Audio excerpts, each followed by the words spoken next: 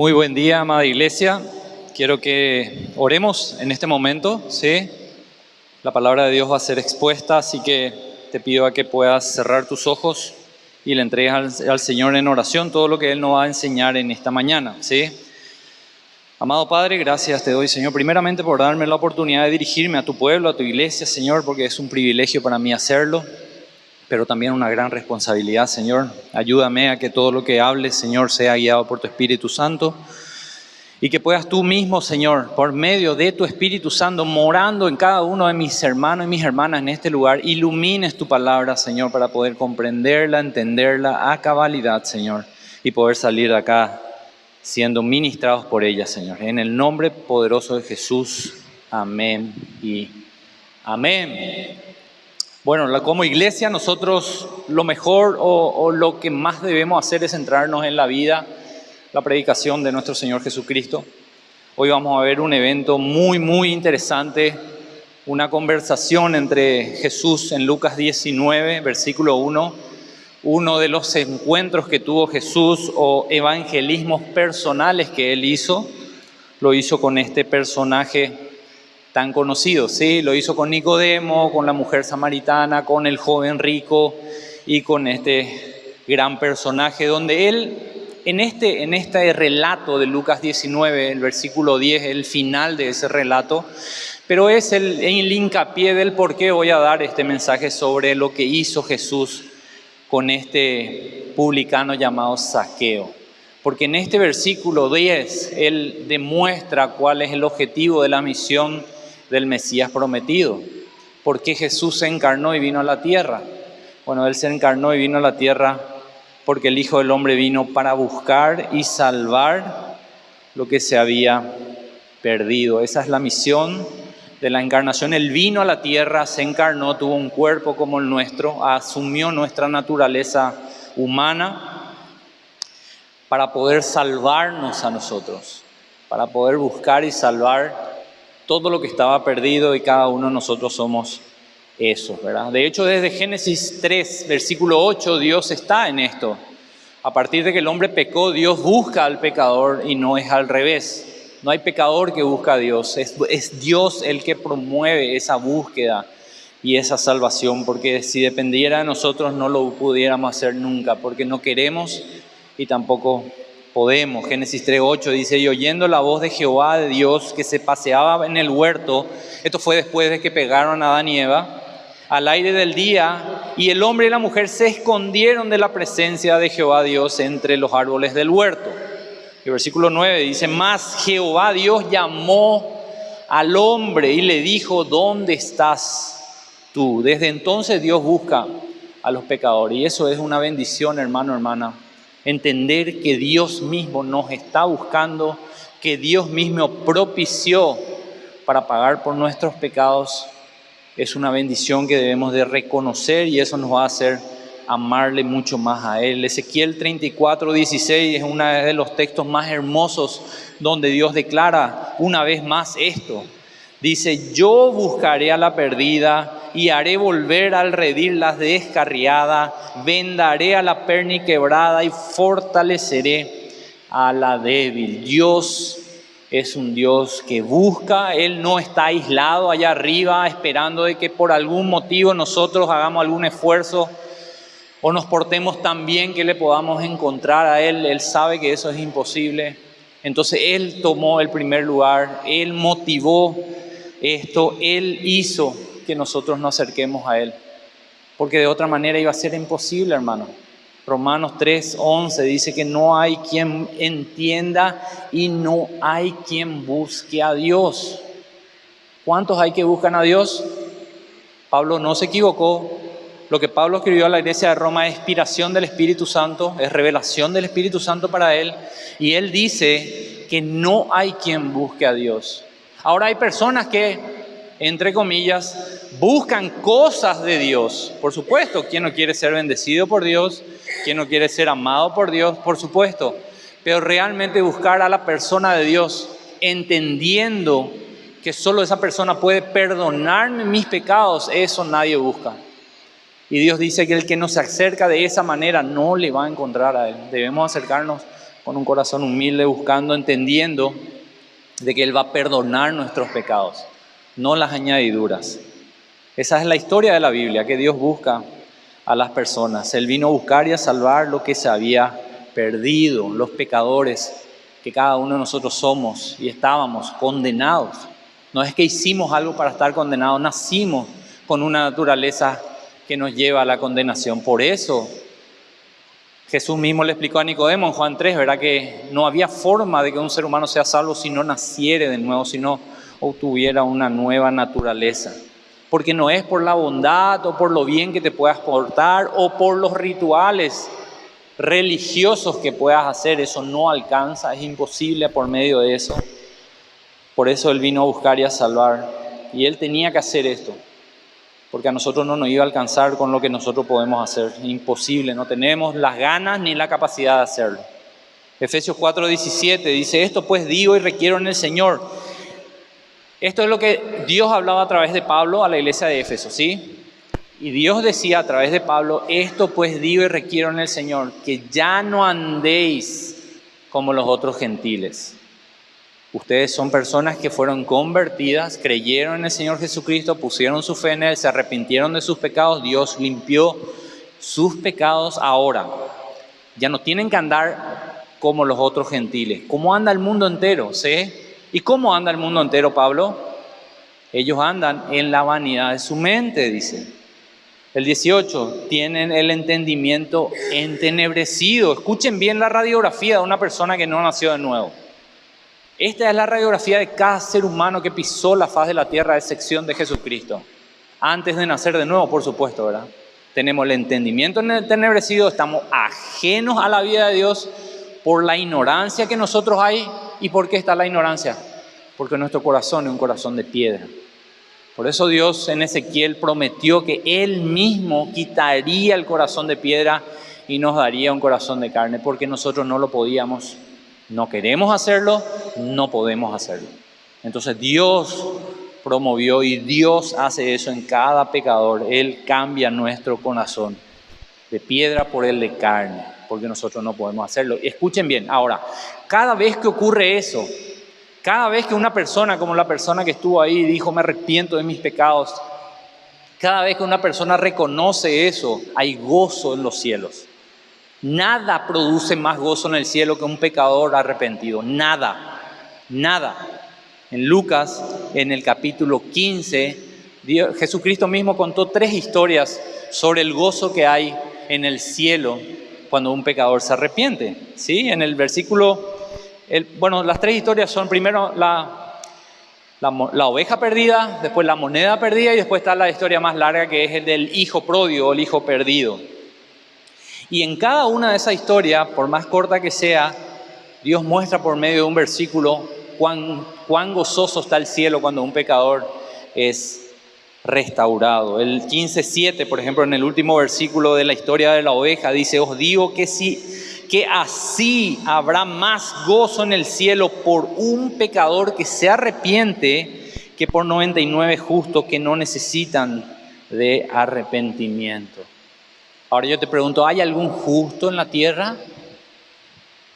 Hace 2000 años vino la única persona justa, después el resto no hay justo ni aún uno, dice ya Romano. Entonces las personas que se autoperciben justas no generan ningún gozo al cielo. Ningún gozo genera una persona que dice: bueno, pero yo soy buena luego, yo hago cosas bien, yo no le hago mal a nadie. Se autoperciben justa, esa persona no va a generar ninguna alegría al cielo. Ninguna, lastimosamente, sí. La siguiente historia, la de la moneda perdida, en el versículo 9, dice: y cuando la encuentra, reúne a sus amigas y vecinas, diciendo: gozaos conmigo, porque he encontrado el dracma que se había perdido. Así os digo que hay gozo delante de los ángeles de Dios por un pecador que se arrepiente. Y después tenéis la historia más larga, ¿sí? La del hijo pródigo, que también es el mismo caso, solamente que es un poco más extenso y tiene mucho más contenido. Pero el versículo 32 dice: más es necesario, cuando el padre le confronta al hijo mayor, que estaba protestando porque el padre se gozaba de que este hijo gastó todo y ahora vino, ¿por qué te gozás? Esto simbolizaba lo que el pueblo judío, ¿sí? Que no podía entender que los gentiles puedan ser salvos. Entonces el padre le confronta al hijo y le dice: mas era necesario hacer fiesta y regocijarnos, porque este tu hermano era muerto, así como cada uno de nosotros. Efesios dice que estaban muertos en nuestro delito y pecado, ¿verdad que sí? Y Él nos dio vida juntamente con Cristo, por gracia somos salvos. Así como este hijo pródigo estaba muerto, dice después, y ha revivido, se había perdido y es hallado. Hay gozo en los cielos, hermano, hermana, cuando un pecador se arrepiente y reconoce su condición de pecador. Ahora, cuando Dios busca a ese pecador, el pecador responde. Por eso hay versículos como Proverbios 8:17 que dice: los que me buscan diligentemente me encontrarán. Porque cuando Dios busca al pecador, el pecador responde a ese llamado es absolutamente irresistible. Cuando Dios llama a tu corazón, quita el velo de tus ojos, podés ver quién sos vos realmente y ver la cruz de Cristo y darte cuenta lo que Cristo hizo en la cruz realmente por vos y por mí, algo personal, murió por mis pecados. Cuando yo asimilo eso, eso es obra de Dios en el corazón del pecador. Y entonces vos respondés también, por supuesto, como Isaías 55:6 también dice: buscad al Señor mientras puede ser hallado. Cuando Él empieza a buscarte, hermano, hermana, tú podés aguantar las ganas de buscarle también a Él. Ahora, en lo que la religión, en todas las religiones, a excepción de la verdadera, que es la cristiana, todas las religiones te dicen que vos tenés que buscarle a Dios y tenés que portarte tan bien que Dios va a responder a eso. Vos tenés que tener un nivel de moralidad o de rectitud de vida para que Dios pueda de alguna manera recibirte, pero no es así como funciona. Porque Jesús dijo en Lucas 5:32: yo no he venido a llamar a justos. Y gracias a Dios por eso, hermano. Hermana, si Él venía a llamar a justos, ninguno iba a responder. Y Él dice: sino a pecadores al arrepentimiento, porque no hay justos, sino solo pecadores. Ahora, que el pecador vaya al arrepentimiento es una obra y es un milagro, es el milagro más grande que el Espíritu Santo hace en el corazón de una persona. La convierte, ¿sí? Le da una nueva naturaleza, le da vida espiritual a la persona que estaba muerta en sus delitos y pecados. Y eso es lo que hace el Señor. Él vino a llamarnos a nosotros que somos pecadores y reconocemos que somos pecadores al arrepentimiento. De modo que la salvación no llega a una persona que se porta tan bien que alcanza un nivel de salvación. La salvación lleva a esa persona que reconoce su pecaminosidad y su necesidad de un Salvador. Ahora volvamos al Lucas 19, versículo 1. Y vamos a ver un poquitito la historia del encuentro evangelístico que tuvo Jesucristo con Zaqueo. Jesús venía del sur, desde Galilea, iba a Jerusalén. Esto es previo a la entrada triunfal de Jesús, su última semana en Jerusalén. Él iba para la Pascua, ¿sí? Sería más o menos sábado o viernes, ayer o anteayer, si ponemos que el próximo sábado es Pascua. Él va cruzando y sí o sí todos los peregrinantes tenían que cruzar por Jericó, porque Jericó era una ciudad de tránsito. Sí o sí para ir a Jerusalén había que pasar por Jericó. Había muchos peregrinantes, ¿sí? No era solo Jesús que iba ahí. Todo el pueblo judío que estaba en diferentes ciudades iban para la Pascua a Jerusalén. Entonces tenían que pasar por Jericó. Pero el que iba pasando y el que tenía una caravana de gente alrededor de él era Jesucristo, la persona que se decía que era el Mesías. Entonces era un boom para Jericó que Jesucristo estaba por pasar, y eso llegó a oídos de Zaqueo. Por eso Zaqueo se preparó de esa manera, ¿sí? Este encuentro que ocurrió ahí no fue un encuentro fortuito, fue un encuentro premeditado por el Señor desde antes de la fundación del mundo para encontrarse con Zaqueo y regalarle esa salvación. En Lucas 18, un capítulo antes, ¿sí? Vemos el evento cuando Jesús se encontró con el joven rico. ¿Te acordás de ese evento?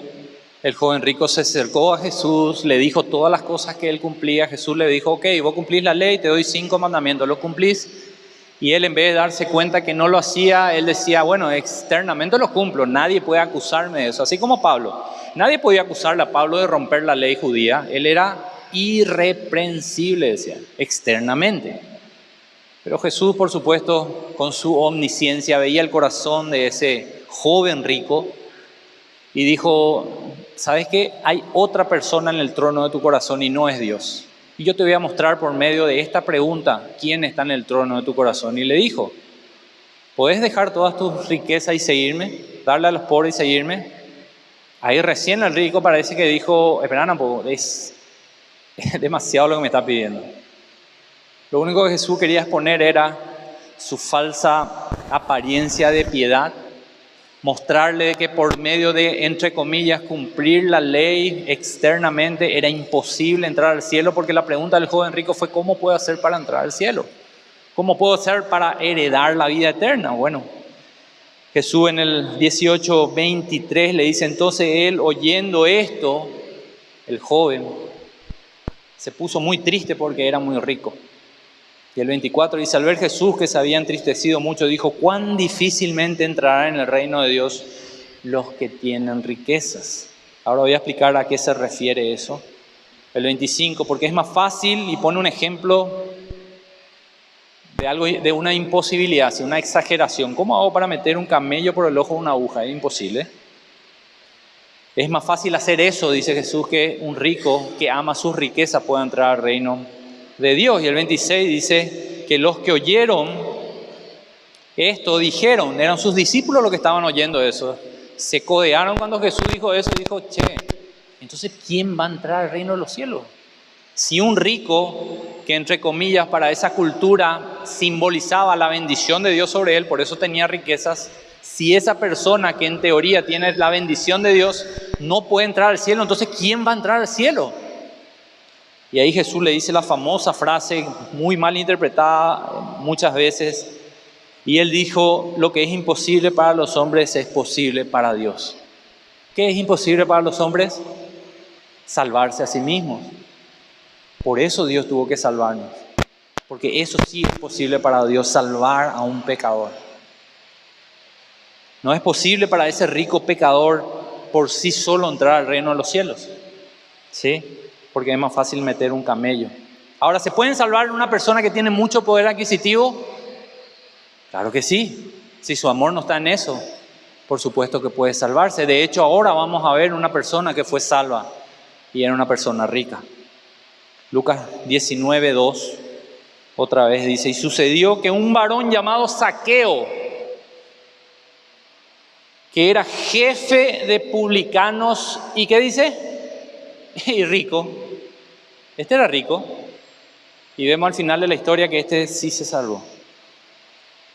Este es el comienzo de la historia, ¿sí? Donde Jesús va a buscar y salvar un jefe de los publicanos o de recaudadores de impuestos. Y esto era, porque era único que él salve a esta persona. Porque los recaudadores de impuestos en esa cultura eran las personas más odiadas por los judíos. Porque ellos eran judíos que transaron con la gente que gobernaba sobre los israelitas en ese tiempo, que eran los romanos. Ellos hicieron un negocio con los romanos para cobrar impuestos a sus propios hermanos. Eso era una traición para los judíos, era algo horrible, era lo peor que te puedan decir que sos un publicano o un recaudador de impuestos. Era uno de los trabajos más degradantes para los judíos, ¿sí? De hecho, era muy productivo para la persona, ¿sí? Ellos compraban franquicia de los romanos y por medio de esa franquicia él tenía la potestad de cobrarle impuestos a todo el pueblo judío. Imagínense, era totalmente, extorsionaban por medio de eso a sus propios hermanos, ¿sí? Y como Jericó era una ciudad de paso, en el tiempo de la Pascua era un tiempo donde se recaudaba muchísimos. Y estos publicanos o Zaqueo y sus secuaces, porque él era jefe, ni siquiera él era el único que cobraba, él tenía otra vez personas que cobraban por él, por eso era rico. Él extorsionaba a las personas judías que venían de otros pueblos. Venía una persona con su carro y le decía, ok, vamos a tomar impuestos. ¿Cuántas ruedas tiene tu carro? 4. Tenés impuesto por 4 ruedas, tenés impuesto por 2 ruedas, tenés impuesto por un animal, por 2 animales. ¿Qué traes ahí? Grano de trigo, tenés impuesto por grano de trigo. Así era una cosa horrenda, ¿verdad? Y la gente tenía que pagar. Y Zaqueo estaba rodeado de matones que le ayudaban a cobrar porque nadie te iba a dar si vos le ibas y le pedía por favor. Él se rodeaba de gente de su misma calaña, era un tipo de mafia para la época. Por eso esas personas eran tan odiadas, ¿sí? Se rodeaban de matones, lo que provocaba que también esos matones se rodeaban de prostitutas. Entonces ese era el grupito en el cual Zaqueo pertenecía.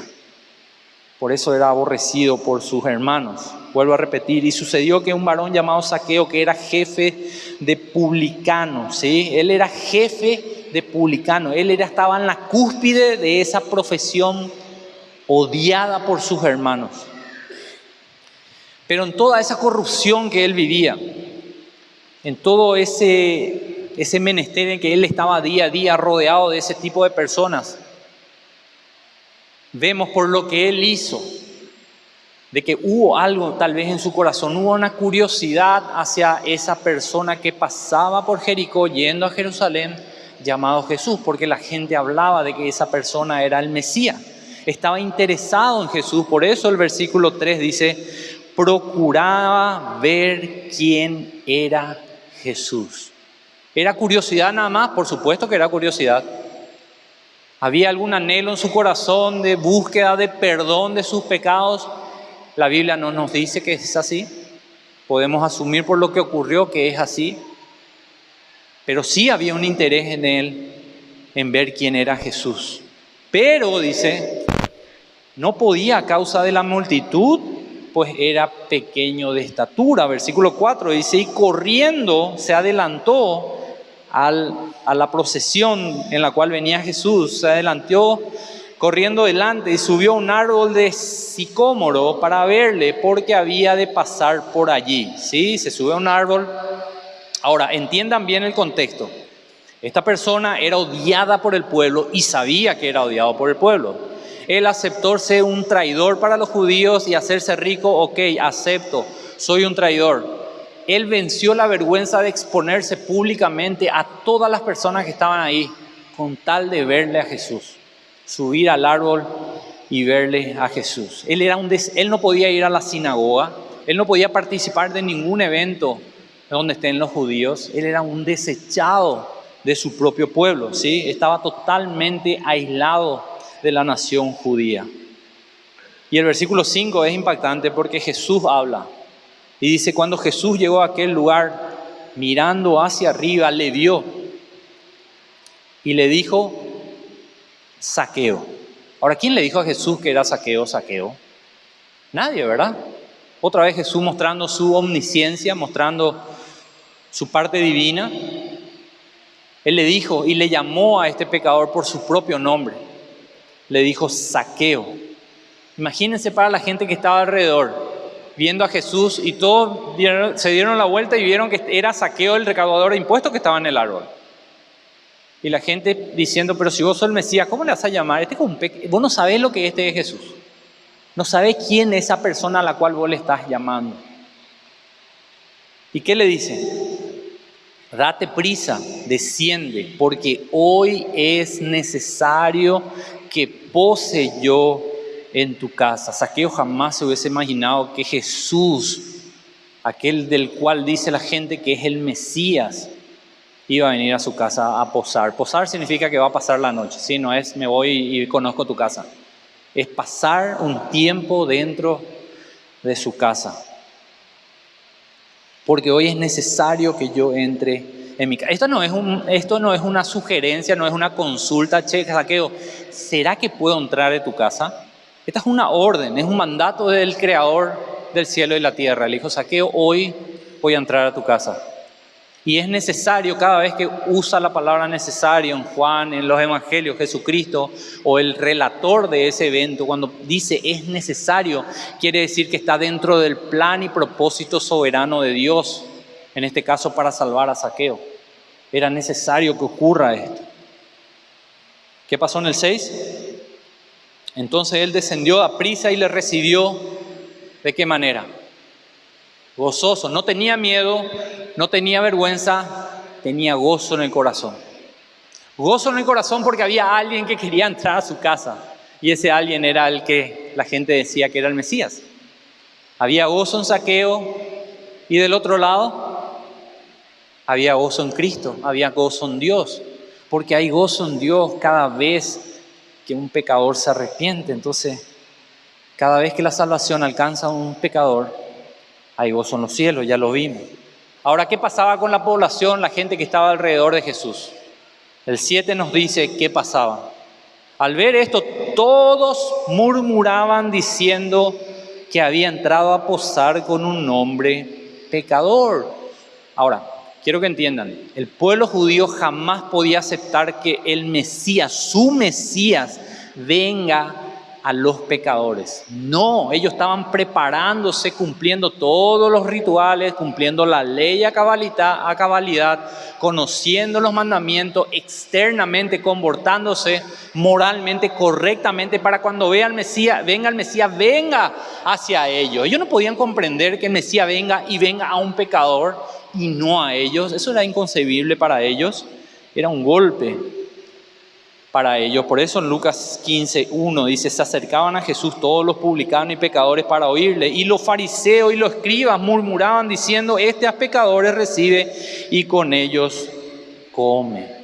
O sea, esto era lo que pasó con Zaqueo, no era un evento aislado, era algo que Jesús ya había practicado anteriormente, y esta última semana de vida aquí en la tierra de Cristo, Él lo hizo frente a Zaqueo. Él vino a mostrar que vino a salvar a pecadores. Era una ofensa para cada uno de esos judíos que Jesús venga a los pecadores, porque ellos decían: nosotros nos esforzamos en cumplir la ley.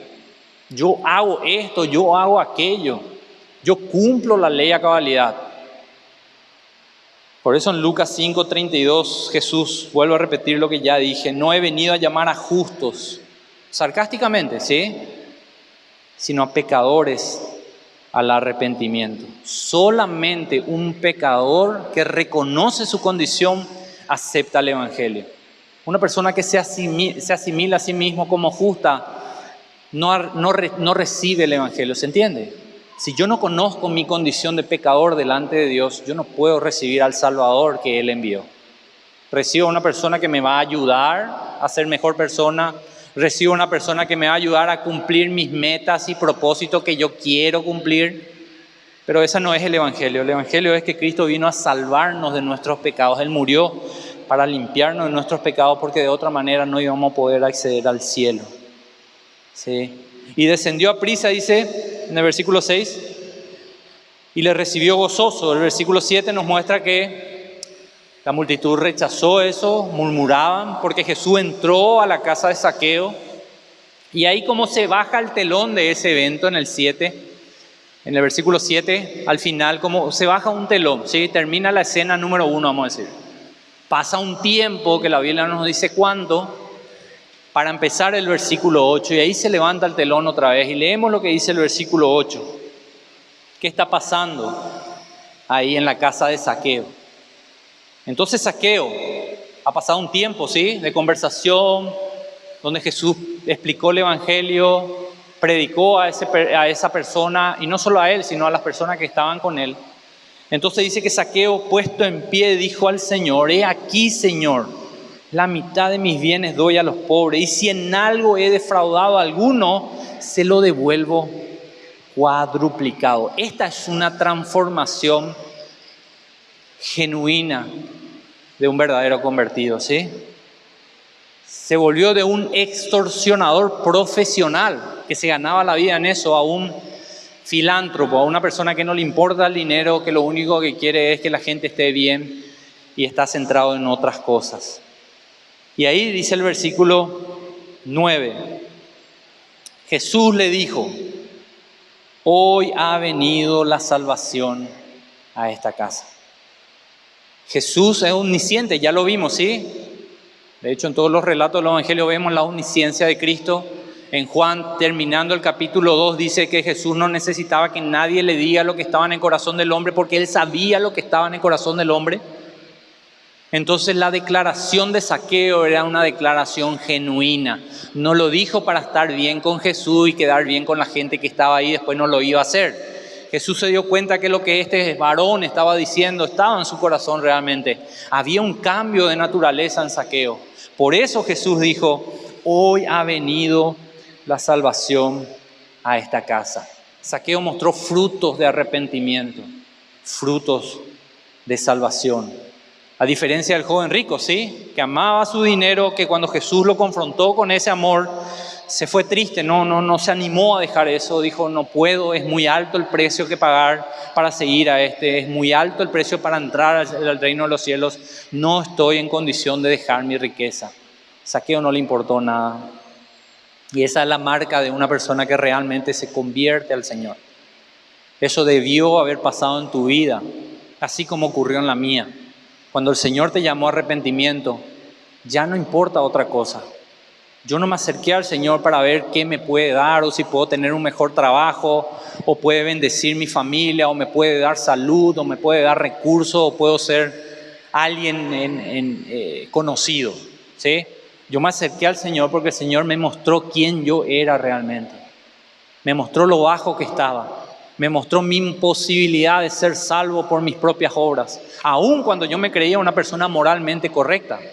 Cuando el Señor sacó el velo de mis ojos y vi quién era, y vi los estándares de Dios y que yo no lo podía cumplir, dije, es imposible ser salvo. Entonces la buena noticia de salvación que dijo que Jesús vino a la tierra a pagar por mis pecados para que yo no tenga que pagar por ellos. Y que si yo tengo fe en lo que Cristo hizo en la cruz, yo puedo ser salvo por la justicia imputada, porque yo en mis propias fuerzas no puedo ser justo, no puedo llegar a la justicia que Dios requiere. Y cuando Dios dice que por medio de la vida y la muerte y la resurrección de su Hijo Jesucristo, yo puedo acceder a la justicia que necesito para ser llamado hijo de Él, creí en eso. Y el Señor, por supuesto, hizo un cambio en mi vida. Empecé a amar las cosas que Dios amaba. Empecé a aborrecer las cosas que Dios aborrecía. Empecé a aborrecer mi pecado y eso es de manera gradual, ¿sí? Eso vamos creciendo en santificación. Conforme vamos conociéndole a Él, vamos amándole más, vamos queriendo más conocerle a Él, vamos amándole y obedeciéndole más y eso va creciendo, se va mostrándose al exterior. Pero en el interior ya hubo el cambio. Cuando Él dice que en la medida que Él podía, Él quería deshacer su pecado, eso muestra un arrepentimiento genuino. Si pudiera volver atrás y no haber hecho, dicho, visto o oído lo que oí en mi pasado, si pudiera hacerlo, haría. Zaqueo mostró ese arrepentimiento genuino y dice, si en algo he defraudado a alguno, y probablemente esta persona defraudó, no a alguno, a muchas personas. Pero él dijo, si en algo he defraudado en algunos, se lo devuelvo cuadruplicado.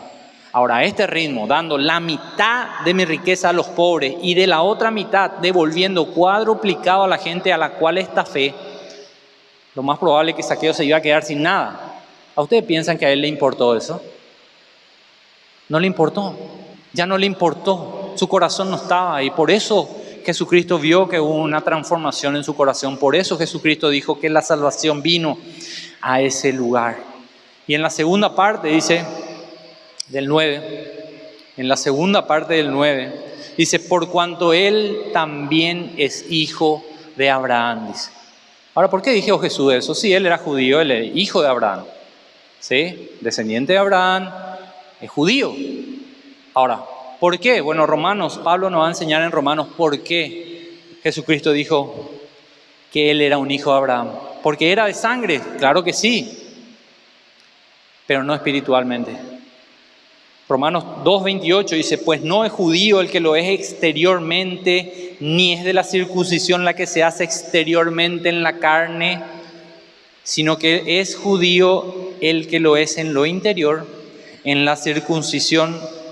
Y la circuncisión es la del corazón en espíritu y no en letra, no en lo que diga tu cédula. ¿Sí? 99% de lo que estamos acá no tenemos descendencia judía, ¿verdad? Y no por eso no somos herederos de la promesa de Él. Gálatas 3:29 dice Pablo mismo otra vez, y si vosotros sois de Cristo, ciertamente el linaje de Abraham sois, y herederos según la promesa. Porque la promesa no es para los judíos como nación, es para los hijos de Abraham que son por la fe. Porque Abraham fue heredero de la promesa por la fe. Y esto es lo que no podían comprender los judíos, esto es lo que Pablo aclaró en Gálatas, en otras cartas también, para que ya no la iglesia que se formó, la iglesia primitiva, ya no empiece a menospreciar a los gentiles porque no eran gentiles, quería circuncidarle a los gentiles para que sean parte de la iglesia. Pablo corrigió todo eso diciendo, no, ahora Dios hizo un nuevo pueblo, se llama su iglesia, se llama su cuerpo, hecho de gentiles, judíos, samaritanos, publicanos, prostitutas, todo aquel que se arrepiente y cree en el Hijo del Hombre, cree que Jesús es Dios y que Él pagó por tus pecados, vos podés ser parte y heredero de la promesa. Y ahí está el versículo 10 después de esto, en Lucas 19:10. Porque el Hijo del Hombre vino a buscar y a salvar lo que se había perdido. En 1 Timoteo 1:12, el apóstol Pablo encontró a Jesús en otro camino, ¿verdad que sí? El apóstol Pablo estaba buscando a Jesús. Él se fue diciendo, quiero conocer al Mesías, me quiero arrepentir de mis pecados, cuando iba camino a Damasco. No, ¿verdad? Él iba para apresar y matar a todo aquel que se decía cristiano. Esa era su misión. Él no iba buscando a Jesús, así como hoy yo no estábamos buscando a Dios cuando Dios nos encontró. No queríamos ni no podíamos, así como Pablo. Pero Jesús se le apareció en ese camino, ¿sí? Lo buscó, le detuvo en seco, lo cegó, lo llevó a una casa, lo sanó y lo comisionó para cumplir su ministerio acá en la tierra. Pero mire cómo Pablo lo dice, ¿sí? Contando su testimonio de conversión en 1 Timoteo 1:12 en adelante. Doy gracias al que me fortaleció, a Cristo Jesús nuestro Señor, porque me tuvo por fiel poniéndome en el ministerio, habiendo yo sido antes blasfemo. ¿Un blasfemo puede entrar al reino de los cielos? Claro que sí, si se arrepiente de sus pecados y reconoce a Cristo como Señor y Salvador genuinamente. Perseguidor e injuriador, mas fui recibido, acá está la palabra clave, a misericordia, porque lo hice por ignorancia en incredulidad. Y todo es por misericordia, hermano, hermana. Vos no te merecías, Pablo no se merecía, nadie se merecía la salvación. Es por gracia, por misericordia de Dios. 14. Pero la gracia de nuestro Señor fue más abundante con la fe y el amor que es en Cristo Jesús. Y escuchen lo que dice el 15. Palabra fiel y digna de ser recibida por todos. ¿Cuál es, Pablo, la palabra fiel y digna de ser recibida por todos? ¿Cuál es el mensaje? Que Cristo vino al mundo para salvar a los pecadores, de los cuales, decía Pablo, yo soy el primero o el mayor. Yo sé que Jesús vino a salvar a pecadores porque me salvó a mí, que soy el peor de todos. Eso es lo que decía Pablo. Ese es el corazón que recibe salvación, el corazón que reconoce su necesidad de salvación. De otra manera, hermano, simplemente participás de una religión. 16. Pero por esto fui recibido a misericordia. Esa fue la razón por la cual fue salvo. ¿Cuál? Para que Jesucristo mostrase en mí, el mayor pecador, decía Pablo, Él primero toda su clemencia, toda su misericordia, su bondad, su amor, su perdón. Nos mostró en Pablo el peor de todo de su época. ¿Para qué?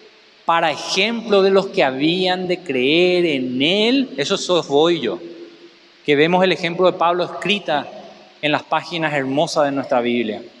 ¿Y por qué se quedó el ejemplo ahí? ¿Para hacerle pasar vergüenza a Pablo por ser un blasfemo? No, se quedó para mostrar el amor de Dios por los pecadores. El amor y la restauración que puede haber cuando Dios realmente cambia tu corazón y te da la salvación que vos no podés heredar ni ganar. Pablo era la prueba viviente de que Dios podía salvar al peor de los pecadores.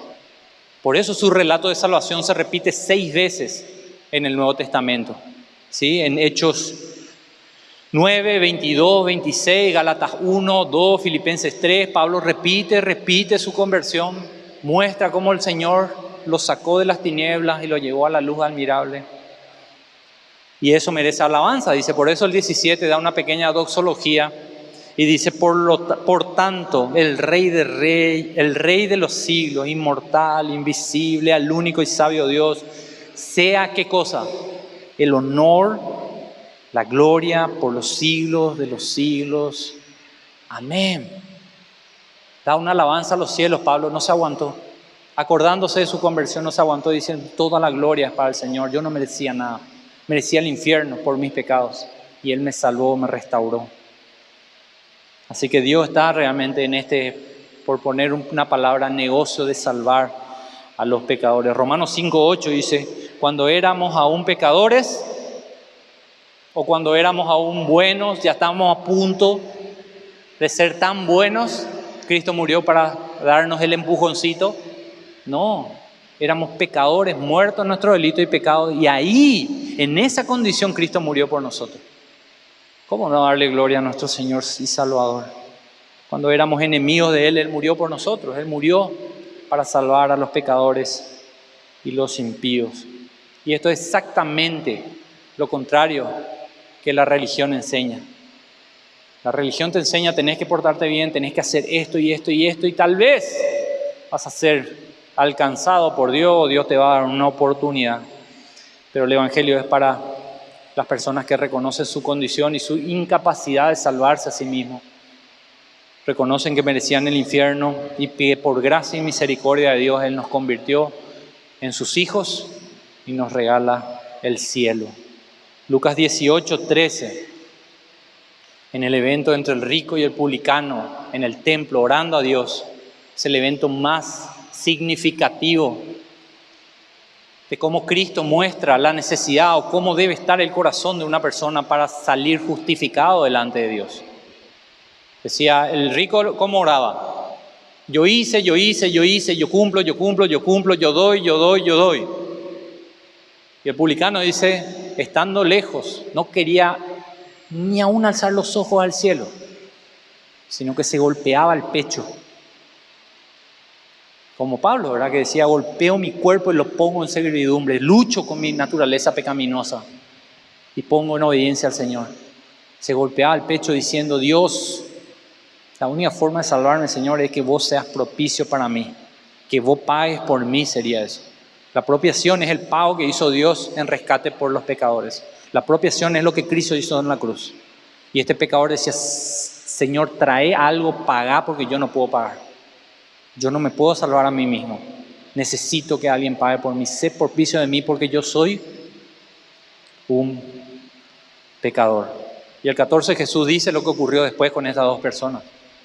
Os digo que el publicano que se golpeaba el pecho, que reconocía su condición, descendió a su casa, ¿de qué manera?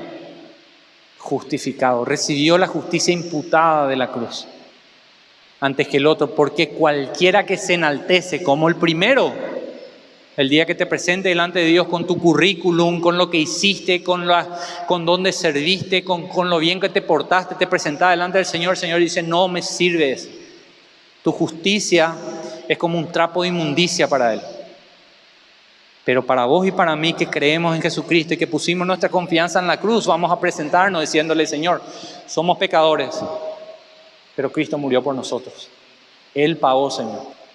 Y ahí el Padre va a ver que Cristo mora en vos y te va a decir, adelante, buen siervo y fiel, entra en el gozo de tu Señor. Y el que se humilla, el que reconoce su condición y se humilla delante de Dios, ese será el día de mañana delante del Señor exaltado. Quiero que te pongas de pie ahí donde estás y vamos a terminar. Hoy mismo, aunque seas el peor de los pecadores, hoy mismo, si el Señor te está llamando como le llamó a Zaqueo, si hoy mismo por medio de su palabra Él te está confrontando en tu corazón y te está mostrando quién sos vos delante de Él y tu necesidad de humillarte rogar por misericordia, rogar por perdón. Hoy mismo Dios puede cambiar tu corazón. Hoy mismo Él te puede dar una nueva naturaleza. Y hoy mismo vas a empezar a amar las cosas que Él ama y vas a empezar a aborrecer el pecado que antes amabas, porque tu naturaleza va a ser otra. Y yo le ruego a Dios que hoy sea el día para vos, que hoy sea el día de tu salvación. Padre, te doy gracias por tu palabra, gracias porque Jesús vino a salvar a pecadores como lo éramos cada uno de nosotros, Señor. Que necesitábamos que alguien pague por nosotros, Señor, que era imposible salvarnos a nosotros mismos. Pero entendemos que la misión de Cristo, por lo cual Él se encarnó y vino a la tierra, es para justamente para que aquellos que saben que son pecadores hoy mismo reciban el perdón de sus pecados. Padre, te pido que tu misericordia sea manifiesta en conversión de personas en esta mañana, Señor. Que tu gracia sea desplegada en el corazón de mis hermanos y mis hermanas, Señor, en esta mañana, aquí mismo, hoy, Señor.